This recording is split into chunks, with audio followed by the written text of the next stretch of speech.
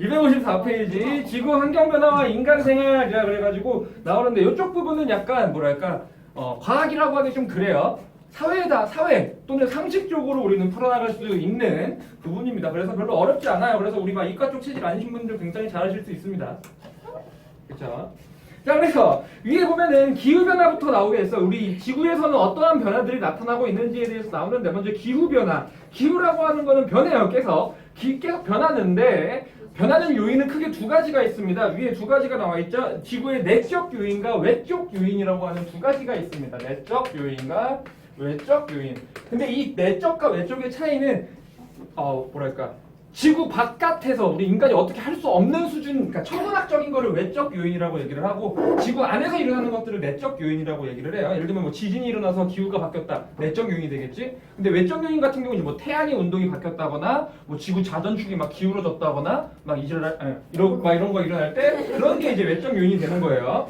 자, 그래서 책 봐보면은 내적 요인과 외적 요인 나와 있는데 이건 읽어보면 구별할 수 있습니다. 외적 요인은 밑에 천문학적 요인이라고 얘기를 해요. 외적 요인 봐보면 뭐 자전축 기울기 변화, 공전 궤도 변화, 뭐 태양 활동 변화, 즉 우리가 어떻게 범접할 수 없는 문제들이지. 이런 것들은 외적 요인, 나머지들은 내적 요인. 이런 변화에 인해 가지고 기후가 변하게 될 것이다라는 거였고. 그러면 우리가 과거에는 기후가 어떻게 변했는지 알 수 있느냐라면은 밑에 과거의 기후 변화를 알 수 있는 방법, 연구하는 방법 세 가지가 나와야지 다 알아두셔야 됩니다. 세 가지. 첫 번째, 나이테 연구. 나이테 뭔지 알지? 나이테 같은 경우에는 나무의 나이테가 이런 식으로 생겼어. 근데 이걸로 뭘 할 수 있냐면은, 자, 나무의 나이테 같은 경우에는 얘가 1년마다 이게 한 거인 건 알고 있지? 그치? 그럼 뭐야? 얘가 1년 동안 요만큼 자랐다는 얘기가 되잖아? 나이테가 항상 두께가 일정하지 않아. 여기는 두께가 짧고 여기는 두께가 길어. 그러면 뭘 할 수 있을까? 요 때는 나무가 많이 자랐다는 걸 알 수 있고 이때는 조금 자랐다는 걸 알 수 있겠지? 그럼 요 나무 막 몇천 년 된 나무 이런 거 막 나이테 봐보면은 이거 세봐가지고 몇 년 전에는 나이테가 두껍고 짧았네 이걸로 알 수 있어. 두꺼울 땐 나무가 많이 자란 거야. 그러면 나무가 잘 살 수 있는 환경이 돼야 되겠지? 따뜻하고 뭐 비 많이 오고 이렇게 됐으면은 많이 자랐겠죠. 맨날 태풍 오고 막 지랄하고 막 이랬으면 얘가 이렇게 잘 못 자랐겠지. 그렇지? 이런 걸로도 알 수 있어요. 나무의 나이테. 밑줄 쳐보면은 기온이 높고 강수량이 많으면은 나이테 간격이 넓다. 밑줄 쳐두면 되겠네요.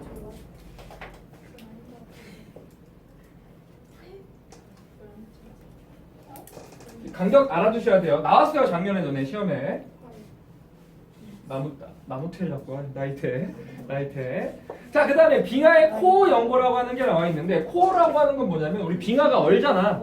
빙하가 그냥 얼는데 얼 때 너네 막 얼음 같은 거 우리 집에서 얼음 같은 거 얼려보면 얼음 안에 막 공기방울 막 들어있지. 그런 거랑 비슷한 거예요. 빙하가 생길 때 그 시대의 공기가 거기 안에 들어가가지고 얼어버린 거야. 그래갖고 안에 공기방울이 생겨있는 상황이에요. 그 공기방울 코어라고 부르거든. 그럼 빙하에서 만약에 그 코어가 있는 걸 끄집어냈던데 봤더니 그 코어를 봤더니 뭐 몇천 년 전에 만들어진 코어였어. 그러면 그때 안에 있는 공기 성분을 보면 그때 공기에는 어떤 성분들이 있었구나라는 걸 알 수 있겠네. 그게 코어 연구예요. 빙하의 코어 연구. 그래서 과거의 대기 성분을 알 수 있어요. 빙하의 코어 연구로는. 그 다음 마지막 화석 연구. 화석 연구 같은 경우에는 우리 앞에서도 배울 거지만 원래 3단원에서 배울 거였지만 당연히 뭐 생물들이나 뭐 그 화석들을 봤을 때 이 생물들은 어떠한 기후에서 살고 있다라는 걸 알 수 있으니까 그걸로써 알 수 있겠네. 예를 들면 우리 중생대 때 가장 번성했던 생물이 뭐였지? 뭐? 공룡. 그렇지, 공룡이에요. 공룡이 그때 가장 번성했다는 걸 어떻게 알 수 있어? 다 화석으로 알 수 있었던 거야. 그런 것들. 그리고 공룡은 파충류였기 때문에 중생대 때 그래서 고온 다습한 기후였었겠구나라는 것도 알 수 있어요. 이렇게 생물의 흔적으로 알 수가 있다. 이렇게 세 가지로서 우리 과거 기후를 알 수 있고요. 그래서 밑에 보면 과거의 기후 변화 나와 있네. 그래서 우리가 이러한 방법으로 조사를 해봤더니 과거의 기후를 봐볼까요? 그러면은 지금 첫 번째 그래프 보면은 지금 x축이 만년 전이라고 40만 년, 30만 년, 20만 년 이렇게 돼 있는데 y축은 온도고요. 그래프가 막 이런 식으로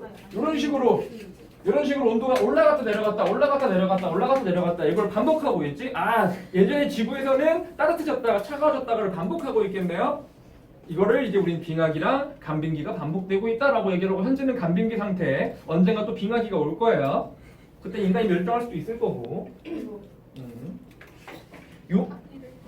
요게 지금 여기 나와 있는 그 그래프였고요. 아무튼 반복되곤 있어. 반복되곤 있는데 이제 문제가 뭐냐면 오른쪽 그래프 봐봐. 과거 1000년 동안 기온 변화 봐보면은 1000년 동안 온도가 그 예전에는 이렇게 일정 하고 있는데 요새 어떻게 갑자기 막 이렇게 올라가고 있지? 언제부터? 한 2000년대 거의 다 와서부터 갑자기 온도가 갑자기 팍 올라갔어. 아, 최근 들어서 온도가 급속도로 올라가고 있어요. 문제가 될까 안 될까? 되겠죠. 그게 이제 밑에 나와 있는 문제들이다. 그래서 현대적으로 올 때는 온도가 상승하고 있는 추세구나. 그래서 온도가 왜 올라가지? 지구의 온도가 무슨 작용 때문에? 지구 온난화 많이 들어봤어요. 지구 초딩 때부터 많이 했어요. 지구 온난화라고 하는 거는 뭐냐? 지구가 뜨거워지는 거야. 왜 뜨거워지지? 뭐라고? 뭔가? 화석 연료. 화석 연료 때문에 그러니까 왜 올라가요? 온실 기체 때문에. 그렇지, 아주 잘 읽었어요. 아주 잘 읽었어요. 온실기체라고 하는 게 있는데 온실기체라고 하는 건 뭐냐면은 지구를 감싸고 있는 기체 성분 중에서 온실기체라고 하는 게 있어. 얘가 뭐냐면은 안에 지구, 그러니까 태양 에너지가 지구로 들어온 다음에 밖으로 튀어나갈 때 온실기체가 있으면 얘가 이렇게 좀 머물러 있을 수 있는 열을 머금을 수 있는 기체를 온실기체라고 하는데 이 온실기체 때문에 나타나는 현상이 온실효과예요. 온실효과라고 하는 건 좋은 거야, 나쁜 거야? 안 좋아요. 그냥 온실효과는 좋아요. 그거 없으면 안 돼요. 그럼 우리 밤에 추워서 죽어요. 지금 좀 죽고 싶긴 하지만 밤에 추워서 죽어요. 일교차가 심해져. 그러니까 기본적인 온실효과는 무조건 존재해야 돼. 온실효과는 좋은 거예요. 무조건 필요해. 근데 이제 얘가 심각해지면은 너무 뜨거워지는 게 문제가 되는 게 이제 그걸 지구온난화라고 얘기를 하는 거예요. 온실효과는 좋은 겁니다, 얘들아. 온실효과는 좋은 거예요. 과하면 안 좋은 거지. 자, 그래서 지구온난화 보면은 온실기체의 양이 증가해서 밑줄 쳐두고요. 그래서 밑에 온실기체 나와 있네. 지구 복사 에너지를 잘 흡수하여서 온도를 올릴 수 있는 기체를 온실기체라고 하는데 어떤 것들이 있느냐? 수증기, 이산화탄소, 메테인, 오존, 이산화질소, 지금 플루로 탄소라는 게 이제 CFC. 저거는 프레온가스예요. 써두세요. 프레온가스 들어봤어? 네. 냉장고. 오, 어떻게 들어봤대? 프레온가스라고 하는 걸 예전에 우리 스프레이랑 냉장고에 냉매로 무지하게 많이 썼어요. 근데 지금은 못 써요. 이 프레온가스가 그때 맨 처음에 만들 때는 막 되게 좋아가지고 만들었는데 이게 온실효과가 너무 심해지다 보니까 전 세계적으로 금지했어요. 아무튼 쓰면 안 돼요. 지금 국제협약으로 막아놔서. 그래서 지금은 뭐 R22라고 하는 이제 냉매를 쓰고 있어요. 에어컨 같은 경우에도. 이름 귀엽다. R22라는 기체예요. 대학교 가면 알게 될 거예요. 공대를 가게 되면. 그렇게 엄청 대단한 거 아니에요? 아무튼 이렇게 있는데 가장 큰 역할은 누가 할까? 가장 심한 애, 온실 효과가 가장 큰 애. 이산화탄소. 그렇지, 이산화탄소. 왜? 얘가 졸라 많기 때문에 그럴 거겠지. 아무튼 저 CFC 프레온가스도 문제가 많고요. 그래서 지금은 이제 자 밑에 지구 온난화의 발생, 그럼 이 온실기체가 많아져서 뜨거워지는 건데 발생 원인. 자 보면은 화석연료의 사용량 증가. 그다음에 지나친 산림 벌채, 나무를 잘라대요. 가축 사육. 이거 셋 다 같은 얘기다. 이거 셋 다 뭐 나와? 이산화탄소 나와요. 산림 벌목, 그러니까 나무를 잘라대면 나무가 광합성을 안 하니까 이산화탄소를 잘 못 흡수를 할 거고, 그다음에 가축, 너네 이거 가축도 마찬가지. 소 키우면은 이산화탄소 가스가 굉장히 많이 나와요. 방구를 겁나 껴야 되는데 방구에 많대. 방구에. 진짜 많대. 사람보다 훨씬 심하대. 그래갖고 진짜 가축 사육하는 거는 물도 그러고 공기도 그러고 굉장히 질이 남좋다고 하더라고. 똥똥 껴낸대요. 그래서 이런 것들 때문에 온실기체 양이 증가하는데 여기 주요 원인, 화석연료 중 자 밑에 이산화탄소의 농도 증가 밑을 쳐두시고요. 그래서 주 원인은 이산화탄소 때문이에요. 주 원인은. 그래서 밑에 표 봐보면 알겠지만 표 이렇게 또 나와 있지. 자, 얘가 y축이 여기는 뭐 이산화탄소 농도 위에 이렇게 뭐 농도인데 지금 보면 알겠지만 최근 들어서 지금 1860년부터 시작인데 1900한 40년쯤부터 이산화탄소의 농도가 이렇게 갑자기 올라가고 있지. 왜 이때부터 올라가게 됐지? 40년도쯤에 뭐 일어났지? 그렇지. 오. 조식하게 말하고 아프네. 산업혁명이 일어났죠 여기서. 그리고 산업혁명 이후로 우리 화석연료를 굉장히 많이 쓰기 때문에 이산화탄소 농도가 갑자기 올라갔어. 그래서 그 위에 보이는 온도도 갑자기 어때? 이렇게 올라가고 있죠. 온도도. 이산화탄소의 양이랑 지구의 온도랑은 비례하겠구나라는 거를 알 수가 있겠죠. 비례 관계에 놓여 있겠구나. 그래서 같이 올라갔어요. 그래서 오른쪽 보면은 이산화탄소의 농도가 증가했기 때문에 기온이 올라가고 있다는 걸 알 수 있어요. 학교에서 여기 막 뭐 온실연료 중에 뭐 메테인, 뭐 오존, 이산화질소, 저 프레온가스가 어디서 나오는 거고 더 자세하게 알려줄 수도 있어요. 그럼 그때 나오면 그때 다시 한번 해보도록 하고요. 자, 그래서 밑에 지구온난화의 영향과 대책. 영향부터 한번 봐볼까? 지구가 뜨거워지면은 뭐가 문제가 발생하느냐? 제일 중요한 문제는 뭐냐면 첫 번째 나와 있죠? 해수면. 해수면이 올라가요. 근데 그 이유에 알아야 돼. 해수면이 왜 올라갈까? 첫 번째, 빙하가 녹아요. 그리고 하나 더 있어요. 바다 자체가 액체잖아. 우리 모든 물체는 온도가 올라갈수록 부피가 커져요. 그냥 온도가 올라면 바다만 있어도 그냥 물 자체의 부피가 커져요. 이거를 해수의 열팽창이라고 나와 있지. 두 개 다 알아두셔야 됩니다. 빙하의 융해는 녹는 거고요. 빙하의 융해 and 해수의 열팽창. 두 개 다 아셔야 됩니다. 이것도 시험에 나왔어요. 그래서 해수면이 상승해요.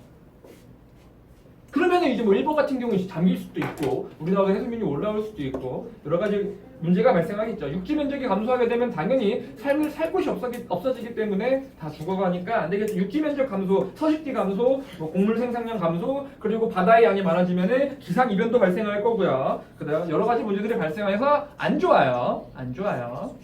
자, 그래서 밑에 대책밥도 봐볼까요? 대책. 그러면 우리가 어떠한 노력을 하고 있느냐 보면은 다 화석연료 사용 억제 가장 중요한 거죠. 그래가지고 이걸 없애려고 신재생 에너지를 많이 사용하려고 해. 그래서 뭐 전기차를 많이 만들려고 한다거나 여러 가지 많이 안 쓰려고 노력을 하고 있죠. 그 다음에 재생 에너지 뒤에서 배울 거고요. 그다음에 국가 간 협력은 뭐냐면 지금 오른쪽 플러스 강의 3번 보면은 각각의 지금 나라에서 모여가지고 저는 약속을 했어요. 지금 저 협약별로 이때 뭐 했고 이런 것들이 있어. 나도 다 기억은 잘 안 나는데 이거를 학교에서 만약에 자세히 하면은 이거 다 아셔야 돼요. 나 이런 거 별로 안 좋아하기는 하는데 예를 들면은 1997년에 교토우정서에서는 프레온가스를 만드는 거를 금지하였다. 이런 것들까지 다 아셔야 될 수도 있어요. 일단은 그냥 지금은 일단 모르셔도 되고 혹시 학교에서 이거를 중요하게 하신다면은 이거를 알아두시고요. 나도 교토정서가 프레온가스 쓰는 걸 알겠는데 파리협정이 이산화탄소 줄이는 건가? 그러고 뒤에 건 모르겠어. 시간에 했었어요. 그럼 잘 아시겠네요. 뭐야? 그거는 몰라요. 아니야 그냥 이것만 알았는데 뭐가 뭐가 이게 뭐 여기서 뭐 했고 이런 건 몰랐어. 안에서. 근데 과학이랑 관련 없는 거예요. 과학이랑 관련 없는 거. 과학이랑 관련이 있다 지금. 아니 사회 시간에 배운 사회.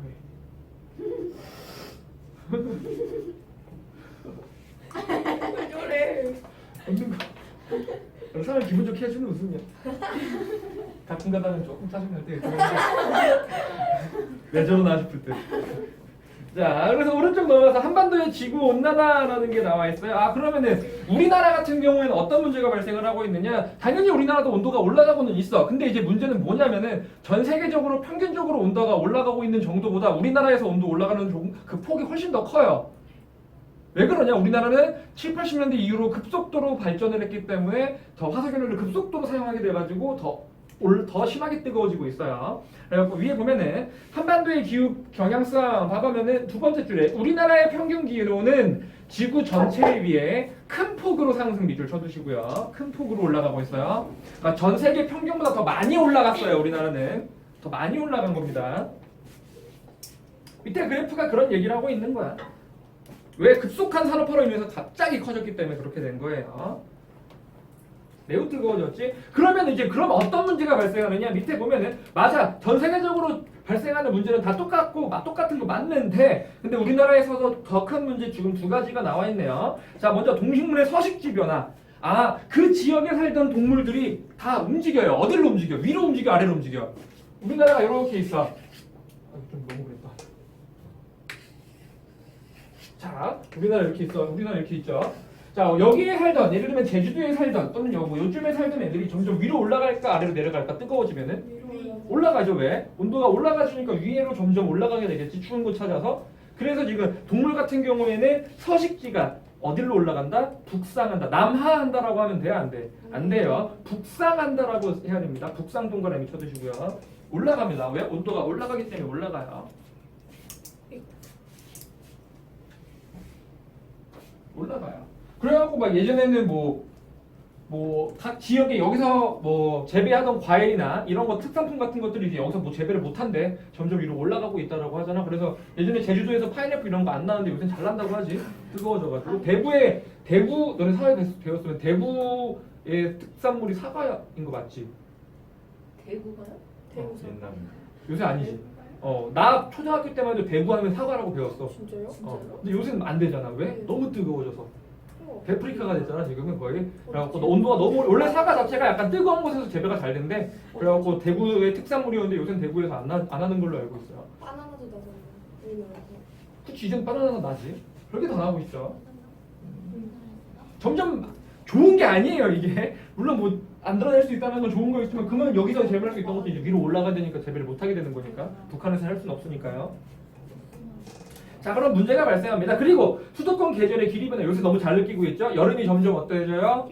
길어지고 겨울은 점점 짧아져요. 지금 2001년에서 2010년 사이 보면은 여름이 113일 정도 있었대. 근데 지금 2011년 이후로 봤을 때 벌써 123일, 전 10일 정도 늘어났지. 맨 마지막 지금 예상도긴 하지만 2070년에서 2100년 가까이 되면 여름이 152일까지 늘어나요. 1년에 반이 됩니다. 거의 나 죽을 때쯤 되면 1년이 반이 되겠죠?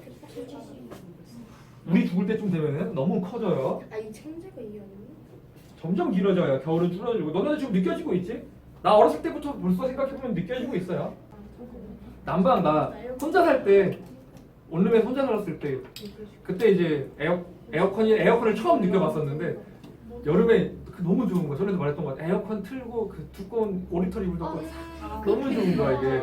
너무 좋아서 여름에 이제 맨날 틀어놨거든. 근데 원룸 기준으로 전기비가 한 달에 한 7만 원 나오나?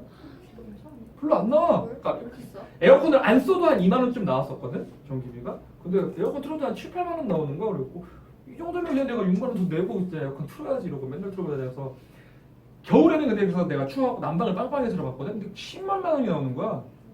그래갖고 왜냐면 난방은 가스비는 내가 여름에 이제 여름 같은데 난방 안 틀잖아. 그때 내가 가스비가 내가 1,800원인가까지 나왔어. 집에서 요리를 안 해 먹으니까 가스 틀 일이 없는 거야. 그러니까 1,800원어치 내가 한 라면 끓여 먹은 거지 한 달 동안. 가스비는 그래서 이 폭이 너무 차이가 나니까 여름에는 그러니까 겨울이 가스비가 더 많이 들어요 진짜. 그래갖고 그때부터 겨울에 이제 가스비 좀 줄여갖고 좀 추워도 일부러 좀 그랬는데 여름에는 빵빵하게 틀어놓고 그랬지. 난 여름보다 겨울이 더 좋아서. 저는 가을. 물론 당연히 봄 가을이 좋은 거고. 한여름과 한겨울을 따지면 나는 한겨울이 난 것 같아요. 나도 겨울. 한겨울. 나도 한여름보다 뭔가 겨울은 그래도 뭔가 마음은 따뜻하고 약간 이런 느낌이 있잖아. 근데 여름은 마음이 시원하고 있다는 소리가 없잖아. 이런 거 없잖아. 그냥 끈적끈적. 그리고 나 군대에서 막 훈련을 뛸 때 겨울에는 진짜 막 죽을 것 같거든. 너무 추워서 막 이러면 죽을 것 같고 못하겠어. 근데 할 수 있다. 근데 여름엔 너무 덥잖아. 그러면은 뭐 죽고 자시고가 아니야 막 미칠 것 같아. 그냥 막 못하겠어 그거는. 뭐 어떻게 하질 못하겠어. 그러니까 겨울이 진짜 너무 추운데 핫팩 터뜨리고 막 이러면서 막 죽을 것 같아. 진짜 왜 이러는 거야. 그래도 한다? 해요. 근데 여름에는 진짜 막 여름에 진짜 죽고 자시고 생각이 아니라 막 미칠 거 막 몸을 다 뜯을 수도 없고. 진짜 여름에 진짜 죽을 거 애들 막 쓰러지고 막 이러니까 열사병 나고 이러니까. 겨울은 아무리 추워도 쓰러지진 않거든. 동상만 걸리지. 그것도 무섭긴 한데. 아무튼 여름이 너무 싫어요 나는 그래서. 그 여름에 벌레가 너무 많아. 그것도 하나 벌레가 너무 싫어. 진짜 많아. 난 네 발로 걷는 거 이상부터 싫어요. 네 발 넘어가면 싫어 그냥. 발 많아질수록 싫어. 내발 넣는 거. 그리고 껍질 그 키틴질로 이루어져 있는 것들이 너무 싫어. 우리 배웠지? 키틴질.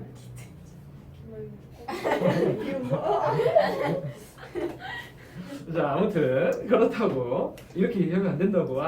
자 그래서 사실 오른쪽 봄꽃의 개화시기 변화 꽃도 마찬가지. 꽃도 우리 너네 각각 시즌이 있지. 벚꽃 하면은 언제 피지? 9월 항상 언제 펴? 5월 한 4월 피지. 예전에는 5월 이때쯤 폈을 거야. 지금 점점 땡겨져갖고 이제 조만간 3월 달에 피려고도 하지. 벚꽃이요? 점점 일찍 필 거예요. 나중에 너네 나 죽기 싫 그때 막 벚꽃 여름 날 2월 달쯤 피고 이럴 수도 있어요. 내 생일에 폈으면 좋겠다. 이게 온도랑 밀접한 연관이 있기 때문에 그렇게 되겠죠. 그리고 또 밑에 아열대 기후에 지금 밑에 보면 아열대 기후 점점 아열대 기후가 점점 많아지겠죠. 점점 심해질 거예요. 너무 뜨거워지게 될 거예요. 지금 보면 알겠지만 도심 지역은 거의 다 아열대 기후로 바뀌어가고 있지. 산 쪽 말고는. 큰일 나요 지금. 자 그래서 밑에 개념 속도 가볼까요? 자 대기대순환 나옵니다. 256페이지. 여기는 대기와 해수의 순환 이러면서 우리가 배우는 부분. 대기대순환부터 한번 봐볼까요? 대기대순환이라고 하는 건 지구 전체적으로 바람이 크게 어느 방향으로 불고 어떻게 바람이 불어나가는지 배우는 부분이 대기대순환 부분입니다. 이거 뭘까요?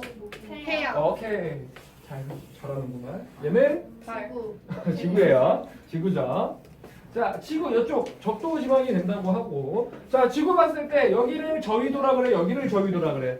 위에 자, 위도라고 하는 아래. 거는 여기 중심에서부터 이루는 각도예요. 여기는 위도 90도가 되고 여기는 위도 0도가 됩니다. 여기가 위도가 낮지? 여기가 저위도야. 저위도. 북극이 고위도예요. 자, 그러면 저위도랑 고위도 중에 어디가 더 뜨겁지? 저위도가 뜨거워요. 그러면은 여기는 공기가 뜨겁겠네. 자, 뜨거운 공기는 무겁다, 가볍다? 내가 수업 때 수도 없이 얘기했는데요. 가벼워요. 가볍죠. 왜? 그래서 우리 에어컨 위에 단다 그랬었지. 뜨거운 공기는 가볍기 때문에 위로 올라갈 거야. 그럼 여기서 봤을 때 여기 공기가 대표시겠네? 그럼 공기가 이쪽 위쪽으로 올라가겠네요. 그럼 여기서 또 하나 지식. 우리 중학교 때 배웠던 거. 상승하는 기류는 고기압일까요? 저기압일까요? 고기압. 저기압. 예전에 말했었지? 너가 생각한 거에 반대가 정답이다. 자, 올라가는 기류는 저기압이죠. 야, 기압이라고 하는 게 뭐냐면 공기가 누르고 있는 힘이야. 근데 공기가 누르고 있는데 공기가 위로 올라가. 그럼 힘이 상쇄될 거 아니야. 사범님이. 그럼 저기압이 되겠지. 그래서 여기는 공기가 이렇게 올라가고 있으니까 이쪽은 저기압이 되겠네. 그리고 공기가 올라가는데 수증기랑 같이 공기가 올라가면 또 뭐가 만들어지지? 비, 그렇지. 구름이 만들어지겠죠? 비가 내리죠. 그래가지고 너네 날씨가 흐리고 비 오는 날씨는 고기압이야, 저기압이야? 저기압. 저기압이죠. 그래갖고 보통 막 어디 누구들 기분 나쁘고 하면 뭐 어머니, 부모님들 기분 나쁘고 하면 엄마 왜 이렇게 저기압이야 이런 얘기 막 하는 것들이 다 왜 그러는 거야? 저기압인 이유가 뭐야? 흐리고 비가 주룩주룩 이런 거니까. 그래서 가끔씩 멈추는 친구들이 막 기분 안 좋은 사람한테 너 이렇게 고기압이야? 이러면 진짜 개빡 인징이에요. 그러지 마십시다. 그래서 저기압이네. 그러면 여기는 비가 많이 내리겠네요. 실제로 적도 지방 있지. 여기가 제일 뜨겁게 하는데 여기는 사막 이런 거 없어요. 비 졸라 많이 와요. 딱 여기는. 자, 아무튼 그래서 저기압 이렇게 올라가. 그럼 공기가 이렇게 올라가. 그럼 여기 있는 공기가 없어질까? 아니, 양쪽에서 공기가 이렇게 빨려 들어오겠지? 그렇지? 그래서 그럼 여기는 공기가 어때? 뜨거울까 차가울까? 차갑겠지. 그럼 여기는 하강 기류가 발생하겠네요. 하강 기류는 고기압, 저기압? 고기압이야. 그래서 매우 강한 고기압이기 때문에 오히려 북극은 날씨가 좋아요. 눈 오고 비 오고 이런 거 거의 없어. 그냥 개초하고 빙하만 있을 뿐. 날씨는 좋아요. 날씨는 좋습니다.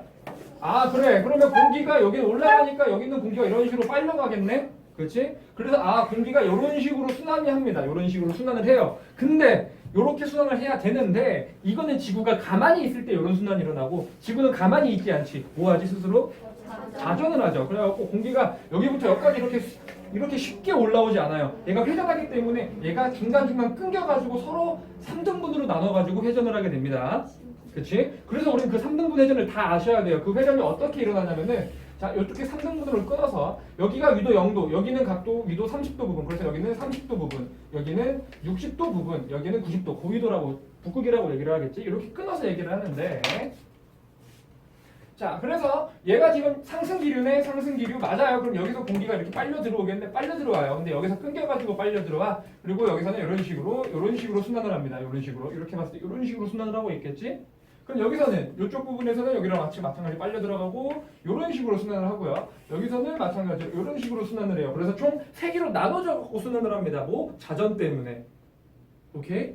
자, 그러면 한번 봐볼까? 여기는 저기압이지. 위로 30도 부분은 지금 하강 기류야, 상승 기류야? 상승. 하강. 내가 지금 여기 이렇게 서 있으면은 공기가 내려오고 있잖아. 하강 기류죠? 그럼 고기압이야, 저기압이야? 고기압. 고기압이죠. 고기압, 하강 기류. 공기가 누르는데 공기도 하강한다고. 고기압이죠. 그러면 여기 위도 60도 부분은 공기가 두 개 다 올라가고 있네. 여기는 저기압, 고기압, 저기압. 여기는 고기압. 그러면은 이 위도 30도 부분은 매우 강한 고기압이 또 발생해요. 위도 30도 부분은 그러면 비가 올까 안 올까?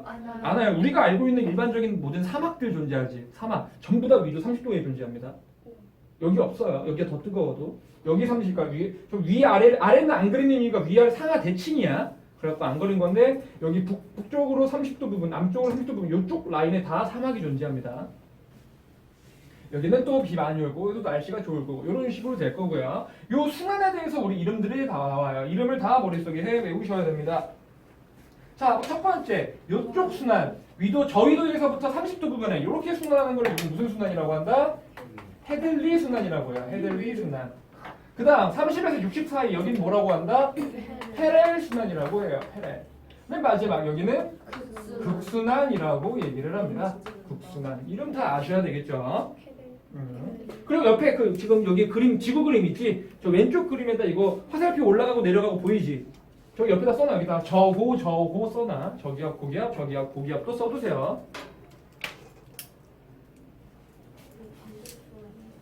플러스가 2번에 나와 있는 내용입니다. 저고 이거 다 하셔야 돼요. 자, 다 알고 있으셔야 됩니다. 이렇게 똑같이 써주면 되겠지? 저고 페렐 극순환 헤들리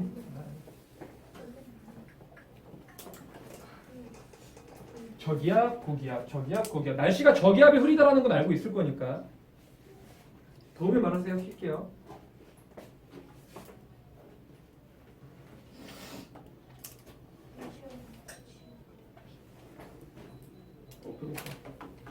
자, 오케이. 다 됐고요. 요 순환이고, 그리고 또 그럼 얘는 지금 공기 중에서 순환하는 거야. 그러면 우리 지표면에서도 얘네 때문에 순환이 일어납니다. 순환이 일어나는데 어떻게 순환되느냐? 이쪽 방향이랑 같은 방향이에요. 이쪽 저희로부터 30도 부분에서는 이런 식으로 오른쪽 위, 즉 북동쪽에서 아래쪽 왼쪽으로 이런 식으로 서쪽으로 바람이 불 거고, 이쪽에서는 이런 식으로 바람이 불어요.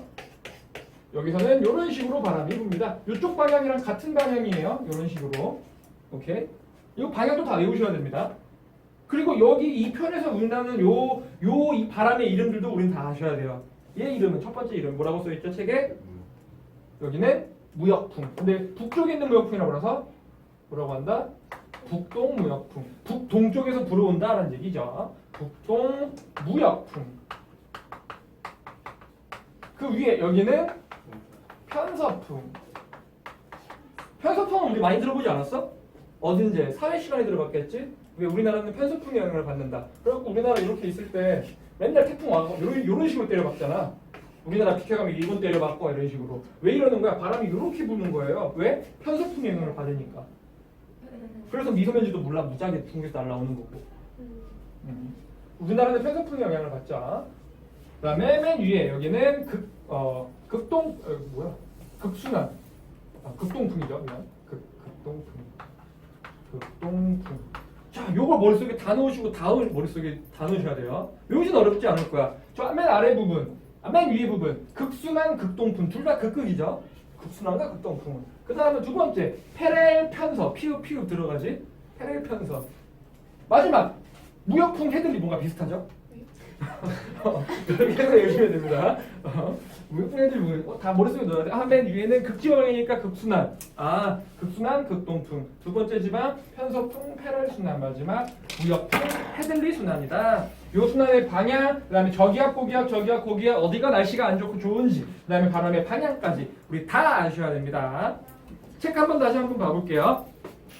자, 발생 원인부터 봐볼까? 발생 원인, 얘가 왜 이렇게 일어나? 일단 여기가 뜨거워지고 여기가 차갑기 때문에 그런 거였어. 위도별 에너지 불균형 밑줄 쳐두시고요. 그리고 하나 더, 자전까지. 아까 말했지, 만약에 지구가 자전하지 않았으면 순환은 이렇게 하나밖에 안 일어납니다.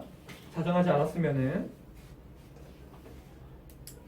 자, 그래서 밑에 발생 과정 봐보면 자전의 영향을 받아서 세 개의 순환으로 형성이 될 거고요. 밑에 그림 아까 잘 체크해뒀겠지? 헤들리 순환, 페렐 순환, 극순환 체크해두시고요. 오른쪽에 보면은 무역풍, 편서풍, 극동풍 나와 있어. 동그라미 쳐두시고 꼭 각각의 위치에서 어느 바람이 온 건지 잘 알아두셔야 됩니다. 자, 아까 옆에 플러스강이 1번 잠깐 보면은 위도별 에너지 불균형이라고 그래. 그 그래프가 잠깐 나와 있어. 이거 뭔 그래프냐면은 여기가 저위도고 여기는 고위도야. 그래프가 이렇게 있을 때. 여기가 지금 온도로 나와 있나? 에너지. 여기가 에너지고 여기가 위도, 영도. 여기가 적도예요. 이쪽 부분이고 여기 왼쪽으로 갈수록 지금 N 써 있나? 오케이. 여기로 갈수록 여기 N 써 있는 거는 지금 왼쪽으로 갈수록 점점 위도가 올라간다는 뜻이고 오른쪽으로 갈수록 위도가 점점 내려간다는 뜻이거든. 그러면 여기가 적도 지방이 되겠지. 여기 양쪽에는 북극과 남극이 될 거고. 그래서 뭘 얘기하고 싶은 거냐면은 태양 복사 에너지 같은 경우에는 우리 앞에서도 배웠어. 저위도랑 고위도 중에서 어디가 더 많이 받지? 태양 복사 에너지는? 저위도가 더 많이 받죠. 그러면은 태양 복사 에너지는 그래프가 어떻게 되느냐? 이런 식의 그래프가 나와요. 저위도가 제일 많고 북쪽과 남쪽은 차가우니까. 근데 지구에서 이제 에너지가 들어왔다가 지구가 방출하는 에너지를 이제 지구 복사 에너지라고 그러는데 지구 복사는 여기나 지구에서 방출하는 거니까 크게 차이가 없이 똑같이 방출해요. 그리고 지구 복사 에너지는 이런 식으로 큰 차이 없이 거의 일정하게 방출이 될 겁니다. 그러면 이제 뭐가 문제가 되느냐? 지금 얘가 이쪽 부분 같은 경우에는 얘는 방출하는 에너지 요만큼인데 흡수하는 에너지가 요만큼이야. 그럼 요만큼의 에너지가 많아 적어? 많아요. 많은 거지. 얘가 더 흡수하는 건 요만큼, 방출하는 건 요만큼이니까. 아, 요만큼의 에너지 무슨 상황? 과잉 현상이 일어날 거예요. 그러면 여기 북쪽 지방은, 북쪽은 요쪽 요만큼의 에너지가 부족한 거야, 많은 거야? 부족한 거겠죠? 여기도 부족한 거겠죠? 그래서 아, 그러면 여기에 있는 에너지가 여기로 순환이 되겠지? 그치? 그러면 여기 있는 면적과 여기 있는 면적 두 개 합치면 지금 그림은 아니지만 여기 있는 면적이랑 같아지겠죠? 두 개를 합치면은 그렇지? 우리 앞에서 배웠잖아. 에너지가 지구 위도별로 불균형을 이루지만 에너지가 순환돼가지고 결론적으로 균형을 이룬다. 그게 요 그래프로도 우리는 알 수가 있겠지. 그래프 잘 봐두세요. 그래서 지금 그래프 보면은 에너지가 여기에서 일로 움직인다. 그래서 에너지가 지금 양쪽으로 이렇게 퍼져나가고 있죠. 그래프로 봤을 때. 그래갖고 저위도부터 체크해볼까? 저위도는 태양 복사 에너지 흡수량이 지구 복사 에너지 방출량보다 많기 때문에 에너지 과잉 동그라미 쳐주시고, 고위도는 지구 복사 에너지가 태양 복사 에너지 흡수하는 양보다 더 많기 때문에 에너지 부족 현상이 나타나죠. 이건 요 그래프까지 해서 같이 묶어가지고 문제에서 많이 나올 거고 무조건 시험에 나옵니다. 이쪽은 굉장히 중요한 거예요. 중학교 때도 거의 비슷하게 한번 배우는데 당연히 우린 기억을 못할 거니까. 그쵸? 자, 그래서 밑에 역할 한번 봐볼까? 우리 앞에서도 배웠어. 우리 에너지 균형을 맞춰주는데 누가 어떻게 균형을 맞춘다고 그랬지? 우리 시험 범위였잖아. 진짜요? 뭔가요? 아니었나 이번에? 한 번 더. 지금 위도별로 에너지가 불균형을 이루고 있지만 그거 이번 취업범위 아니었는데. 죄송합니다. 자, 이거 위도별로 에너지가 불균형을 이루고 있지만 결론적으로 이렇게 균형을 이루어요. 왜? 에너지가 전달해 주거든. 누가 전달해 주지? 두 놈이 있어요. 바람과 물. 이거 내가 욕한 건데 왜? 바람과 물. 물. 그렇지. 이거를 이제 좀 고급스럽게 대기와 해수의 순환에 의해 가지고 에너지를 순환시켜 주거든. 그럼 요 순환 맞아. 여기 에너지가 많은 게 이런 식으로 퍼져 가지고 북쪽까지 가는 거예요. 그래갖고 밑에 보면 역할 보면은 저위도에 남는 에너지를 고위도로 운반한다. 밑줄 쳐두세요. 문제에서 고위도에 남는 에너지를 저위도로 운반한다 이런 얘기하면 틀립니다. 그래서 에너지 불균형을 해소해 주죠. 그래서 지구 같은 경우에는 위도별로 봤을 때 에너지가 불균형을 이루지만 지구 전체적으로 봤을 때 에너지가 균형을 이룬다라고 얘기를 합니다. 자, 그리고 얘들아 이거 좀 잠깐 방향 잘 생각해봐. 지금 여기 지금 바람 여기 이렇게 불고 여기 이렇게 불고 여기 이렇게 불어. 그러면은 우리 물 같은 경우 바다 우리 배웠잖아. 우리 그 심해층, 순원약층, 혼합층에서 혼합층은 섞였지. 뭐 때문에 섞였지? 왜 섞였지? 대류 때문에. 대류 때문이 아닌데? 바람 때문에 섞인 거였었지? 바람 때문에 표층이라고 하는 거는 이제 바다의 위쪽 부분은 바람에 의해서 영향을 받겠지? 그럼 이 바람이 이렇게 불면은 표층도 이런 식으로 움직이겠네요? 맞아요. 이런 식으로 움직일 거예요. 밑에 그림 잠깐 한번 봐볼까? 자, 그러면은 세계지도를 빠르게 그려볼게. 자, 세계지도예요. 우리나라 개 크네. 1번 봐. 장문화 중심. 자문화 중심주의. 장문화 중심. 뭐? 자문화 중심주의. 우리 너네 세계지도를 맨날 이렇게 그리잖아. 맞아. 모든 나라의 세계지도는 자기 나라가 제일 가운데 있어요. 우리나라만 이렇게 배워. 진짜요? 미국 세계지도 보면은 얘가 있고 얘가 여기 이만큼 있고 반 잘려갖고 여기 있어. 진짜요? 어. 우리나라가 뭐가 제일 너무 정상적이네. 우리는 우리나라니까 우리는 이렇게 그리는 거야 세계지도를 맨날. 우리가 가운데니까? 우리가 가운데 놔두려고 이렇게 그림을 그리는 거야. 아. 유럽을 그리면은 여기가 가운데고 얘네는 이쪽에 와 있어. 우와. 귀여워. 자기 나라 가운데 달라고 나왜 잘라? 되게 귀엽네. 자, 아무튼 이렇게 되는데 지금 책 그림 보면 알겠지만 여기가 이제 적도 지방입니다. 여기가 이제 적도. 여기가 적도가 될 거고 여기가 위도 한 30도. 그다음에 여기가 위도 한 60도 지역. 그다음에 여기가 극지방이 될 거고요. 그러면 아까 우리 지구에서 봤을 때 여기는 여기는 무역풍 바람, 여기는 편서풍 바람 이렇게 여기는 극동풍 바람 이런 식으로 바람이 불었었지. 이 바람 그대로 움직이면 표층이 이런 식으로 순환해요. 그럼 여기 있는 바다들은 얘의 영향을 받았기 때문에 무역풍의 영향을 받아가지고 바람이 이런 식으로 부니까 해류가 이런 식으로 형성이 됩니다. 실제로 해류가 이런 식으로 형성이 돼. 그럼 여기 있는 애는 이런 식으로 형성이 되겠네. 해류가. 그럼 얘는 뭘까? 이런 식으로 어떻게 나갈까요? 순환해요. 빙빙빙빙. 돕니다. 자, 시계 방향으로 돌아, 반시계 방향으로 돌아? 시계 방향으로 죠. 방향 알아두셔야 돼요. 그러면은 요 남쪽은 내가 상하 대칭이라 그랬었지. 그럼 아래쪽은 어떻게 볼까? 바람 표충순환이 이런 식으로 순환해요. 호주같이 미안하다. 잘 그려줘야 돼. 이런 순환. 아래쪽 남쪽 남반구 같은 경우에는 반시계로 돌고 북반구는 시계 방향으로 돌죠. 그럼 책 그리면 오른쪽 여기 지금 대서양 쪽 봐봐. 여기도 마찬가지. 이런 식으로 시계 방향으로 돌고 있죠. 해류가 알아두셔야 돼요. 그림 보면은 그러면은 지금 책 보면 북쪽도 해류 같은 경우에는 이제 무역풍의 영향을 받아가지고 왼쪽으로 즉 그러니까 동쪽에서 서쪽으로 움직이고 있고 위에 북태평양 해류 같은 경우에는 편서풍의 영향을 받아가지고 왼쪽에서 오른쪽으로 가고 있죠. 지금 크게는 이 정도만 알면 돼. 북반구 쪽은 시계 방향, 남반구 쪽은 반시계로 도는 건데 만약에 학교에서 요게 요 해류들의 이름들을 자세하게 찝어주고 이 해류가 어떤 바람의 영향을 받는지까지 찝어준다면은 다 외우셔야 돼요. 물론 난 그걸 싫어하기 때문에 일단 논란에서 외우라고는 안 하고 있는 거고 뭔 얘기인지 알겠지? 그래서 나중에 딱 찔렀을 때 북태평양 해류는 편서풍의 영향을 받기 때문에 서쪽에서 동쪽으로 순환한다라고 이런 식으로 찔러도 나올 줄 알아야 돼요.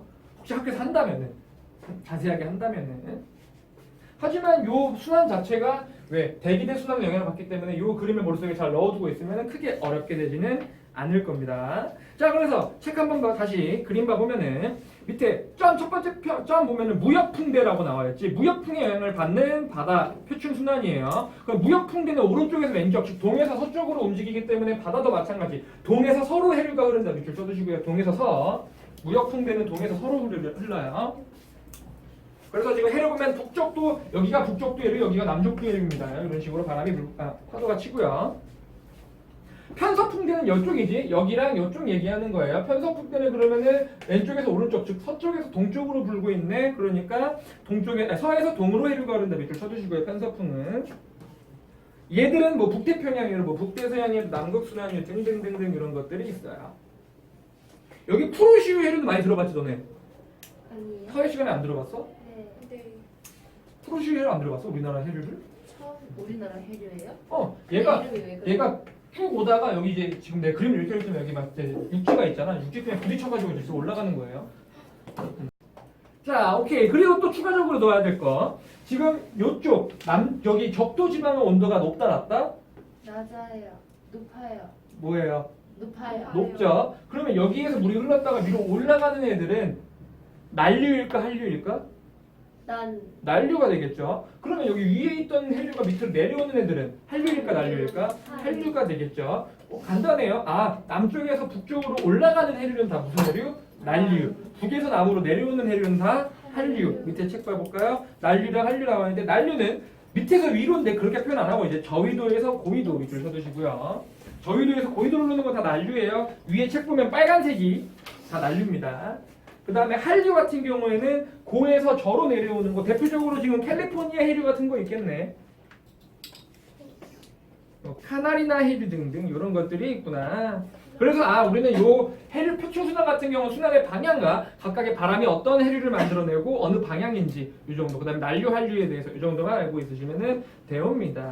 다 알란 얘기죠. 미안합니다. 자, 그래서 밑에 보면 역할 보면 아까랑 똑같아요. 역할 얘도 마찬가지. 난류가 위로 올라가잖아. 따뜻한 에너지가 북쪽으로 전달해주는 밑에 그래가지고 저위도에 남는 에너지를 고위도로 운반하는 역할을 즉 에너지 불균형을 해소해요. 그래서 지구의 에너지 균형을 맞추려고 대기와 해수의 순환에 의해서 균형을 아주 잘 이쁘게 맞추고 있죠.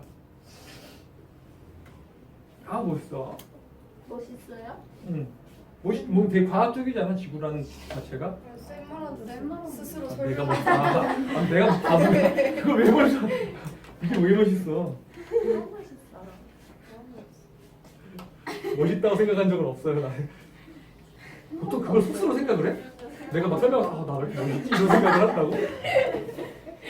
쌤 그럼 샤워하고 나와서 옷 입기 전에 내가 딱 앞에 걸고 있어요. 오늘 좀 잘생겼는데 생각해본 적 있어요? 남자들 그거는 있어.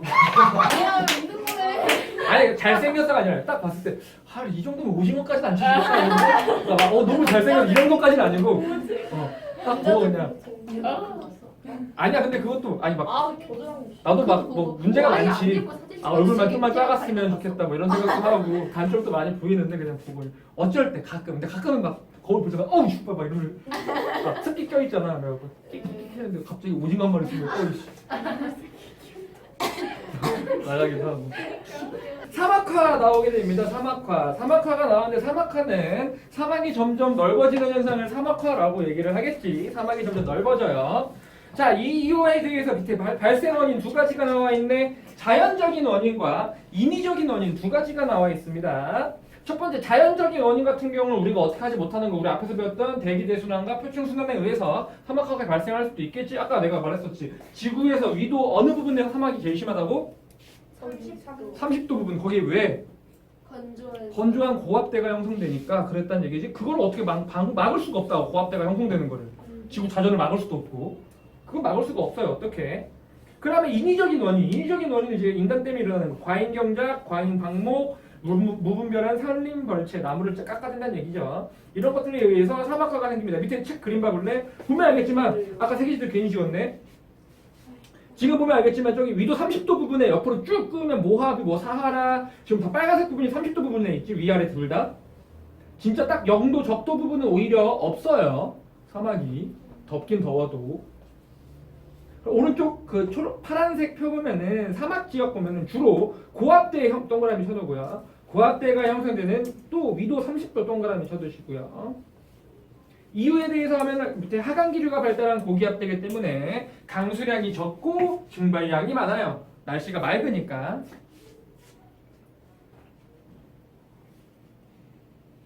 그래서 사막화 지역은 그 지역에 사막이 점점 심해지고 있죠. 그래서 밑에 피해 봐볼까. 사막의 문제 그러면 뭐 식량도 줄어들 거고 황사도 더 많이 발생을 할 거고요. 생태계도 박살 날 거고. 그럼 우리는 어떠한 대책이 있느냐? 숲의 면적 늘리고 뭐 이런 것들이 있대요. 이거 뭐 너무나 당연한 얘기, 너무 쉬운 얘기예요.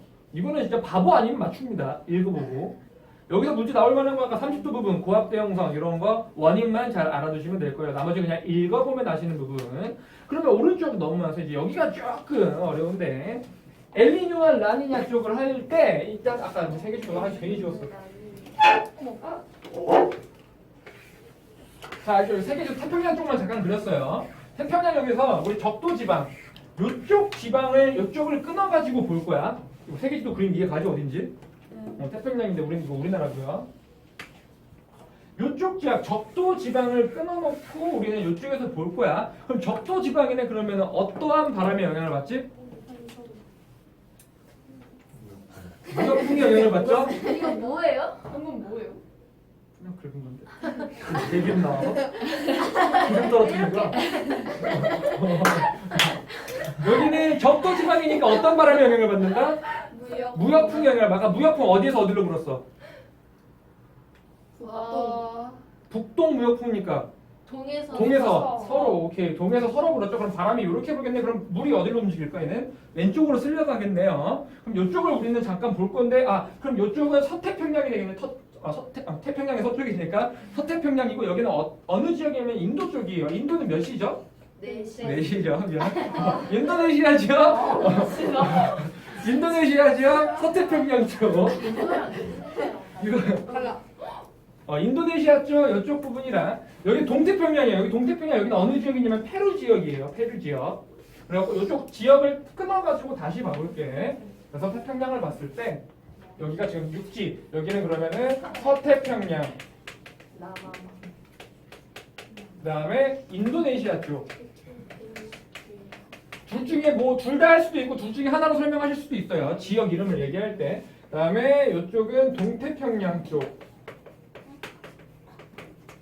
그다음에 페루 쪽.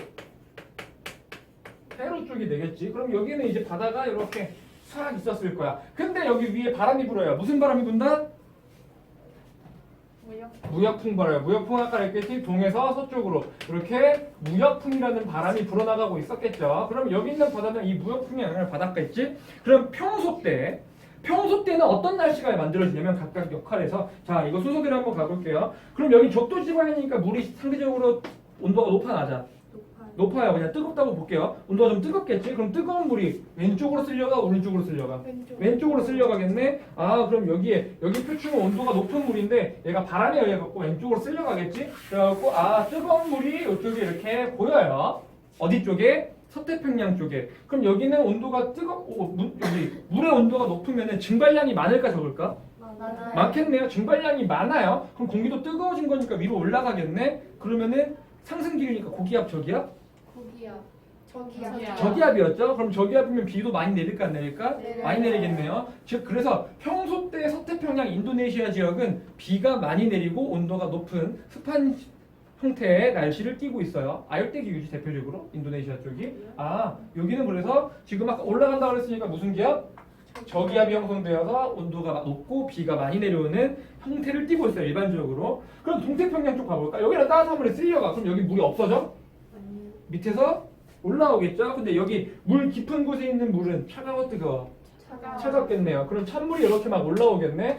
찬물이 이런 식으로 막 올라오겠네요. 이거를 용승한다라고도 표현을 해요. 용이 올라오는 것처럼 물이 올라온다 그래서. 그럼 여기는 상대적으로 차가운 물들이 많겠네, 동태평양에는. 그러면은 증발이 많이 될까 안 될까? 안 되겠네. 그러면은 건조할까요? 다습할까요? 건조하겠죠. 여기는 비가 잘 안 내리고 건조한 기후를 띄어요. 평소적으로. 낮에 좋다라고도 볼 수 있고요. 건조한 상태를 띠고 있겠죠. 그리고 이 동태평양은 여기 밑에서 얘가 물이 그냥 딸려오는 게 아니라 여기서 물고기들 같이 딸려와. 그럼 여기는 이제 그물만 넣으면 고기가 잘 잡혀요. 그래서 이 페루 지역은 주어업이 어업이에요. 고기를 잡는.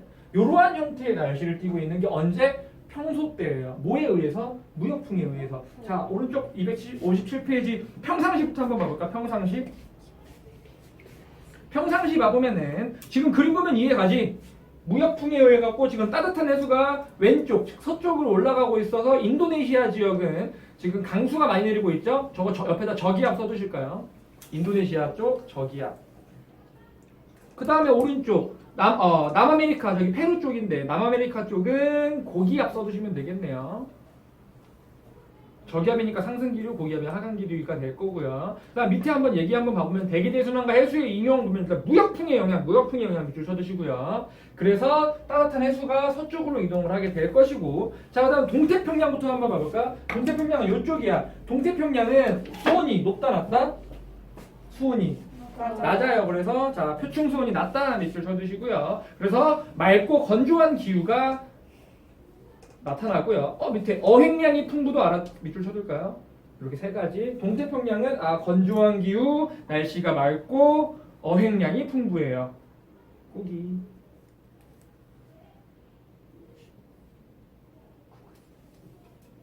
자, 그다음 서태평양의 기후 한번 봐볼까? 서태평양의 기후는 아까 따뜻한 물이 왼쪽으로 쓸려갔으니까 수온이 높다 낮다? 높다. 수온이 높다 밑줄 쳐두시고요. 그래서 공기가 가열돼서 밑에 보면은 비가 많이 내린다. 비가 내려요. 자, 아무튼 이게 평상시예요. 그러면은 엘니뇨랑 라니냐는 현상이 발생할 수 있어요. 엘니뇨랑 라니냐가 발생을 할 건데, 자, 엘니뇨, 라니냐. 자, 이게 어디 스페인어로인가? 스페인어로 남자아이, 여자아이란 뜻이래요. 엘니뇨가 남자이고 라니냐가 여자아이인가? 반대인가 그래요. 나 정확히 모르겠는데 뭐 그건 알 필요 없고. 자, 그러면은 이게 어떤 현상이냐면 엘니뇨 많이 들어봤지 너네? 많이 들어봤어요. 자, 엘니뇨라고 하기에는 얘는 이것만 알아두시면 돼요. 엘니뇨는 약해져요. 뭐가 약해질까? 이거의 원인이 약해져요. 이 기후가 발생하는 원인 뭐 때문이다? 무역풍. 무역풍이 어떻게 된다?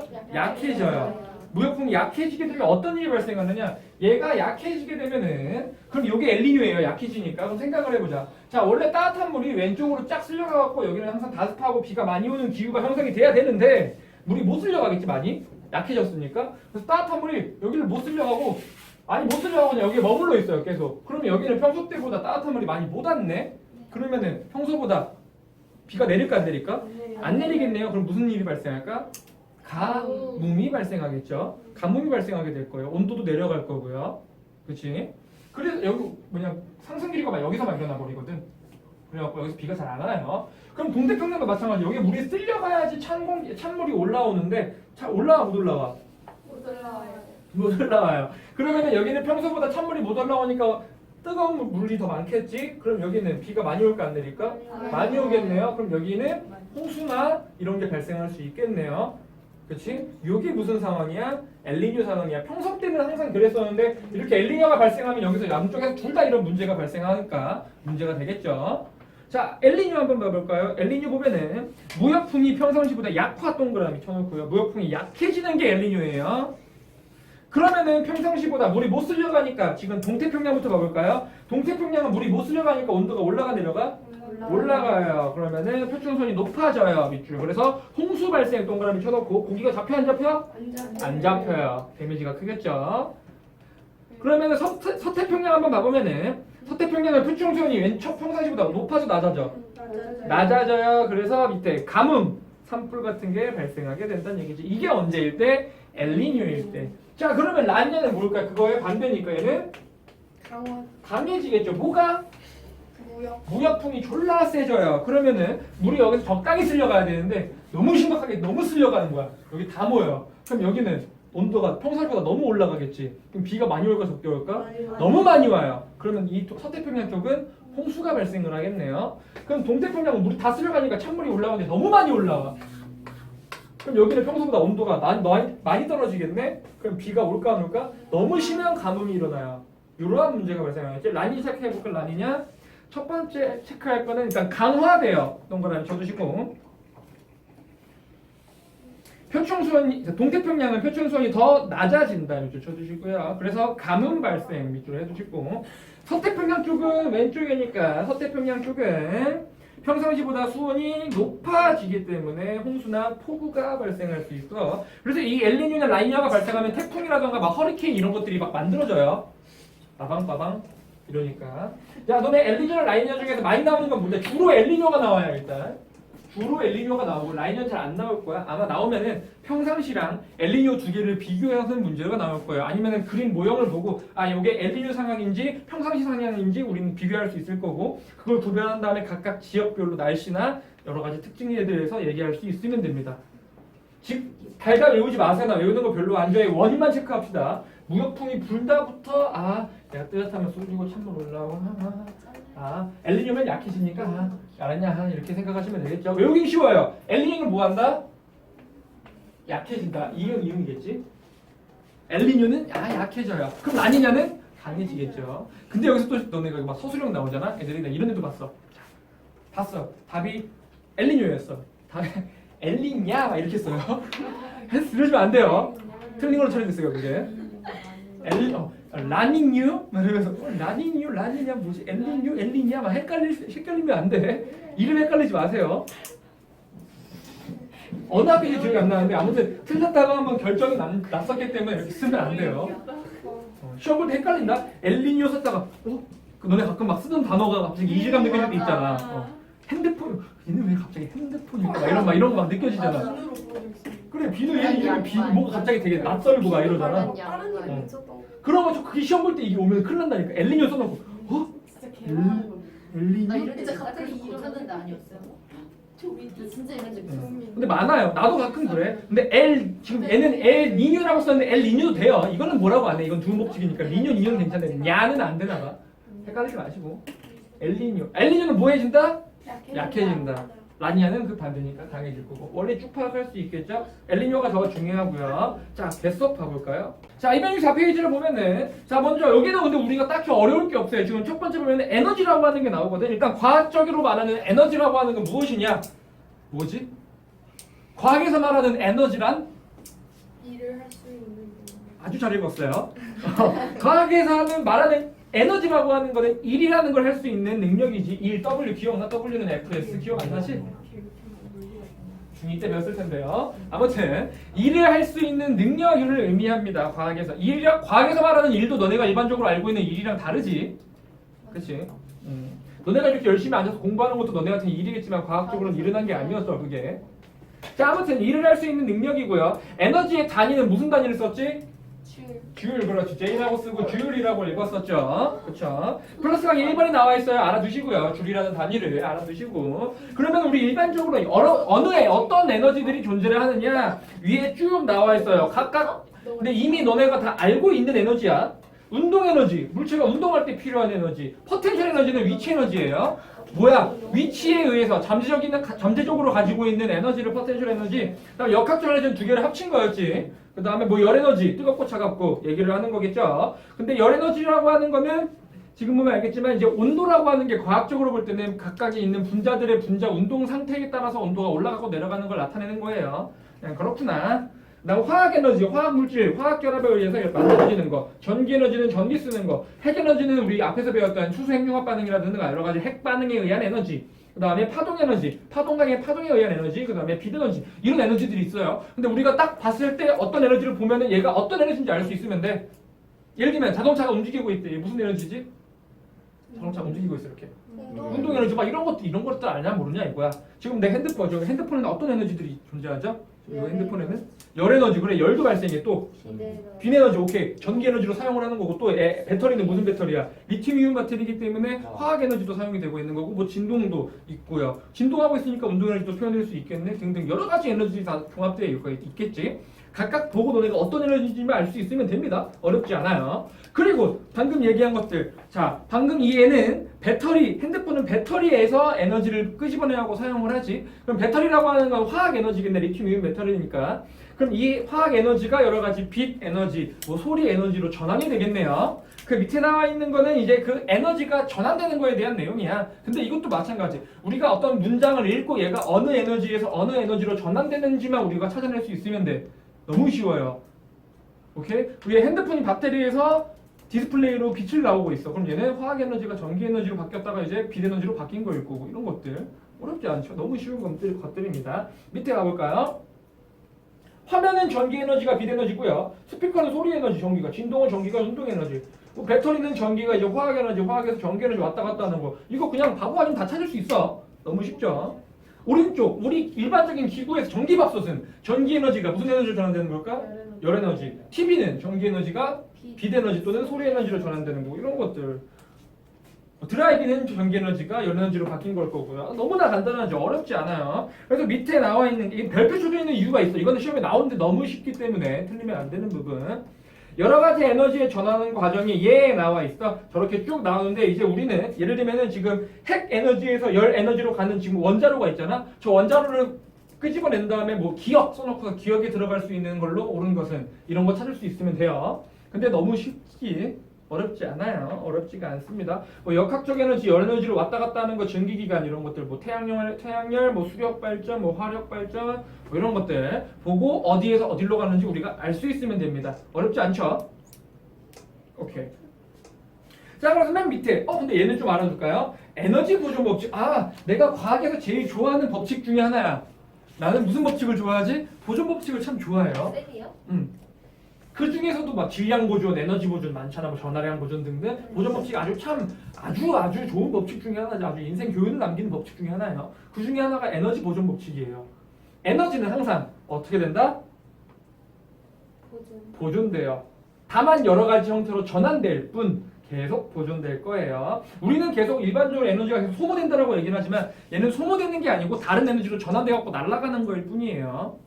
그래서 에너지 보존 법칙 봐볼까요? 에너지는 여러 가지 형태로 전환될 수 있지만, 방금 나왔네. 새롭게 생겨나거나 소멸하지 않으면, 밑줄. 새롭게 생겨나거나 소멸하지 않으면 항상 전체 양은 일정하게 될 것이다. 이게 에너지 보존 법칙이고, 너네가 내년에 이제 뭐 물리나 화학을 하게 되면 이 에너지 보존 법칙에 대해서 굉장히 중요해집니다. 대학교를 가서도 마찬가지고요. 자, 에너지 효율 나옵니다. 에너지 효율 나오는데, 에너지 효율이라고 하는 건 뭐냐면은 너 말 그대로 효율이야. 효율. 얼마나 잘 써먹느냐, 얼마나 에너지가 많이 쓸 수 있느냐, 이런 얘기가 이제 에너지 효율이 되겠죠. 에너지 효율이 되는데, 자, 에너지 효율이라고 하는 거는 어떻게 우리가 계산을 할 건데, 어떻게 계산을 하냐면 밑에 나와 있죠. 에너지 효율. 에너지 효율은 어떻게 계산을 할 수 있을까? 지금 책 보면 알겠죠. 지금 맨 밑에 공급한 에너지. 내가 만약에 공급한 에너지가 있겠지. 공급한 에너지의 양분의 우리가 사용한 에너지 여기겠죠? 우리가 사용한 에너지 양을 비율을 계산한 거에 곱하기 100분율로 나타난 게 에너지 효율이에요. 말하자면 내가 에너지를 100을 받았어. 근데 내가 사용한 에너지는 20밖에 안 돼. 그럼 나의 에너지 효율은 몇이야? 20%가 되겠죠. 이 에너지 효율, 우리 모든 가전제품 보면 에너지 효율 등급 써있지? 그거 다 표시해놔야 됩니다. 사용하는 에너지 효율이 좋을수록 좋은 거야, 나쁜 거야? 좋아요. 높을수록 좋은 거겠지. 에너지를 그만큼 효율적으로 사용한다니까. 물론 100%는 힘들지만, 안 되겠지만. 자, 그래서 이렇게 계산을 할 거다. 계산할 줄 아셔야 돼요. 이런 것들, 예를 들면 내가 100개의 에너지를 받았는데 내가 사용하고 버린 에너지가 40이래. 그럼 나는 에너지 효율이 몇일까요? 65K. 이런 거 낚시당하지 말라고. 그치? 100을 받고 40을 버렸으면 내가 쓴 게 60일 거 아니야? 자, 그래서 오른쪽 넘어가서요. 열기관이라 이런 게 있어요. 열기관이라고 하는 건 뭐냐? 대표적으로 에너지로 이제 열 에너지로 운동 에너지라든가 여러 가지 일을 할 수 있는 기관을 대표적으로 열기관이라고 이게 우리가 너무 일상생활에 많은 것 중에 하나는 자동차 엔진 같은 게 존재를 하고요. 열 에너지로 운동 에너지나 이런 것들을 할 수 있는 거. 그래서 열 에너지를 일로 바꾸는 걸 열기관이라고 얘기를 하거든. 자, 요거에 이게 지금 열기관이야. 얘가 열기관이야. 그럼 내가 여기 앞에 열을 가할 거예요. 열량이라고 하는 걸 가할 건데 열량을 예를 들면 내가 뭐 얘를 Q1이라고 할게. 뭐 100줄의 열량을 가했대. 근데 이제 얘가 이 열기관이 일을 할 거야. 얘가 일을 할 거야. 일은 W니까. 일을 할 건데 얘가 만약에 뭐 30줄만큼의 일을 했대요. 그러면은 70줄은 어떻게 될까? 버려지겠지. 방출되겠지. 그러니까 얘가 밖으로 손실되는 에너지 얘를 Q2라고 얘기를 할게요. 얘가 70 정도가 되겠네. 얘 효율 몇일까요? 30. 너무나 쉽죠. 어떻게 계산했어? 100분의 30. 똑같아요. 열기관의 에너지 효율 계산할 거거든. 똑같이 계산할 겁니다. 밑에 나와 있죠. 열 효율 나와 있어요. 열 효율. 열기관의 효율은 얘도 마찬가지. 공급한 열 에너지. 지금 여기서 Q1이 되겠네. Q1 분의 W가 될 수 있겠네요. 일을 했으니까. 그치? 요 곱하기 100을 하게 되면 요게 열 효율로 계산을 하게 되는 거고요. 뭐 직접 계산할 일도 있을 거예요. 어렵지 않겠지만 요거 방출되는 거 헷갈리지 마시고 열 효율이 100%는 될 수 없어요. 절대로. 뭐 물리학 때도 배우겠지만 또 만약에 그럼 문제 하나. 만약에 얘가 Q1이 200줄이었고 얘가 방출된 게 60줄이었답니다. 자, 그럼 얘는 열 효율이 몇 %일까요? 오, 계산 빨려. 이과 가야겠네. 나 쫀다. 그러니까 나 이제 이해하고 있었는데 뒤에서 왜 70%일까요? 얘가 200줄을 나왔는데 160줄만큼 방출, 손실됐으면 사용할 에너지 몇이야? 140줄. 그럼 200분의 140이니까 100분의 70이겠죠? 70%가 되겠죠? 이렇게 계산을 할 수가 있어요. 자, 오른쪽 바꿔 잠깐 보면 플러스 강의 4번 보면 열기관의 종류에 대해서 나와 있으면 두 가지가 나와 있거든. 내연기관과 외연기관이라는 게 나와 있는데 기가시간 같은 데 쓸 거예요. 내연기관이라고 하는 건 뭐냐면은 기체 연소가 내부에서 일어나는 걸 의미해. 대표적으로 엔진이 있어요. 자동차 엔진. 외연기관은 너네 그 석탄 그 증기기관 대표적으로 외연기관이라고 얘기를 합니다. 근데 이제 거의 외연기관은 안 쓰지. 내연기관을 많이 바뀌어가지고 저런 게 있구나 정도만 알아주세요. 내연기관은 엔진 이런 것들 얘기하는 거고 외연기관은 발칸 쪽 하는 거구나. 자, 그래서 밑에 보면 자동차 에너지 효율 나와 있지. 한번 봐볼까? 우리 그러면 대표적으로 우리 자동차가 우리 너네 그거 알아? 그 시대의 자동차를 보면 그 시대의 기술력을 알 수 있어요. 거의 모든 최신 기술의 집합체가 이제 그 자동차 신형 자동차가 되거든. 지금은 높아요, 낮아요? 뭐가요? 기술력. 기술력, 현 시대에 나온 기술력이 자동차에 다 들어가는 거지. 자동차, 스마트폰 이런 것들 보면은 많은 기술들이 들어 있잖아. 자동차도 보면 알겠지만 10년 전 자동차랑 지금 자동차랑 급이 많이 다르지. 뭐 여러 가지 옵션들도 다르고 여러 가지 기능들도 다르고 많이 요새 너네 블랙박스도 마찬가지. 요새 블랙박스 필수지만 10년 전만 해도 필수가 아니었지. 자동차 별의별 기능이 많아요 요새는. 오케이, 빠르게 와볼게요. 에너지 효율, 자동차 에너지 효율 뭐 얘기하는 거냐면은 자동차에서도 에너지 100이라는 에너지를 가져오면 자동차가 이 에너지를 다 쓸 수 있을까? 못 써요. 현재 자동차 엔진이 효율이 20%도 안 돼요. 별로 높지 않아요. 그럼 나머지 에너지는 뭘까? 다 버리는 거야. 마찰, 소리, 뭐 열 에너지 이런 거 다 나가요. 물론 열 에너지는 재탕 쓸 수 있지. 어떻게? 자동차 히터로. 근데 자동차 히터는 많이 쓴다고 기름 쓰는 거 아니에요. 겨울에 히터 빵빵히 틀어. 여름에 에어컨을 트는 거는 기름이 좀 드는데 히터는 마음껏 틀어도 됩니다. 자, 아무튼 저렇게 지금 책 봐봐. 그러면은 연료가 지금 100인데 자동차 운동에 이용되는 에너지, 즉 자동차 운행에 필요한 건 19%밖에 안 되지. 그다음에 대부분 손실돼요. 이렇게. 그러면 우리는 지금 여기서 자동차 에너지 효율은 19%밖에 안 돼. 우리가 하고 싶은 말은 뭐냐? 에너지를 낭비하면 될까요? 안 될까요? 안 돼요. 안 돼요. 효율적으로 써야겠지. 매우 아껴야 되겠죠. 그래서 그 밑에 나와 있어. 에너지를 절약해야 된다. 자, 에너지를 절약해야 되는 까닭. 얘는 서술형 나옵니다. 자, 첫 번째. 에너지의 총량은 일정하지만 정말 중요한 거. 자, 우리는 에너지를 사용하면 사용할수록 밑줄. 다시 사용하기 어려운 열 에너지의 형태로 전환돼요. 계속. 그래서 우리는 에너지가 계속 일정하기 때문에 계속 사용되면 에너지가 일정할 것 같지만 계속 에너지가 전환될 때마다 우리가 사용할 수 없는 열 에너지나 다른 에너지로 손실이 돼요. 그러다 보니까 계속 사용하면 할수록 에너지가 점점 적어지겠지. 그래서 에너지를 우리는 계속 필요로 하게 돼. 그러니까 에너지를 어떻게 해야 돼? 우리는 아껴 써야 되겠죠. 중요한 거예요. 그래서 오른쪽 보면은 사용 가능당 에너지 양은 점점 줄어들 거고 여러 가지 문제가 발생하기 때문에 에너지가 아껴야 되고요. 효율이 높은 제품을 써야 됩니다. 그래서 밑에 에너지를 효율적으로 이용한 예들은 어떤 것들은 이 책에 세 가지가 나와 있는데 이거 말고 학교에서 알려준 것들도 알고 있으시면 되는데 보통 이 세 가지만 할 거예요. 첫 번째 하이브리드 자동차. 하이브리드 같은 경우에는 저속에서는 전기로 움직이고 고속에서는 연료를 태우는 거지. 전기랑 기름을 반반 쓰는 거예요. 물론 비싸요. 훨씬 몇백만 원. 한 3년 쓰면 뽕 뽑을 수 있대. 뭘? 그러니까 그 차를 한 3, 4년 써야지 이제 내가 그 비싼 값 낸 것만큼 기름값에 이득이 있대. 요새는 하이브리드 차 많이 나오지. 그래서 많이 타고 있고요. 나중에 이제 점점 전기차 이런 걸로 바꿔져 가겠지. 에너지 제로하우스라고 하는 건 뭐냐면은 우리가 집에서 사용하는 에너지를 밖으로 손실되는 거를 다시 최대한으로 줄이는 거예요. 오케이? 네. 그거를 에너지 제로하우스라고 하고요. LED 정도는 뭔지 알지? 너는 LED가 우리가 일상생활에 지금 형광등이지만 LED 많이 쓰지? 그거 무조건 좋은 거예요. LED가 모든 빛을 내는 제품 중에 지금 현재서 가장 제일 좋아요. 라이트 이미팅 다이오드라고 얘기를 하죠. 반도체를 사용한 건데 얘가 에너지 효율이 높습니다. 그래서 이런 것들이 존재를 하고 있고요. 다음 페이지 넘어가게 되면은 하이브리드 자동차랑 에너지 제로하우스에 대해서 그림이 한번 나와 있거든. 혹시 이거 한번 꼭 봐보세요. 이것도 수업을 해줬는데 지금 시간이 없으니까 이거는 이제 시험 보기 전에 이런 거 꼭 한번 기간별로 한번 봐주시면 좋고 내신 탄탄은 뭐가 될까? 숙제. 숙제가 되겠죠.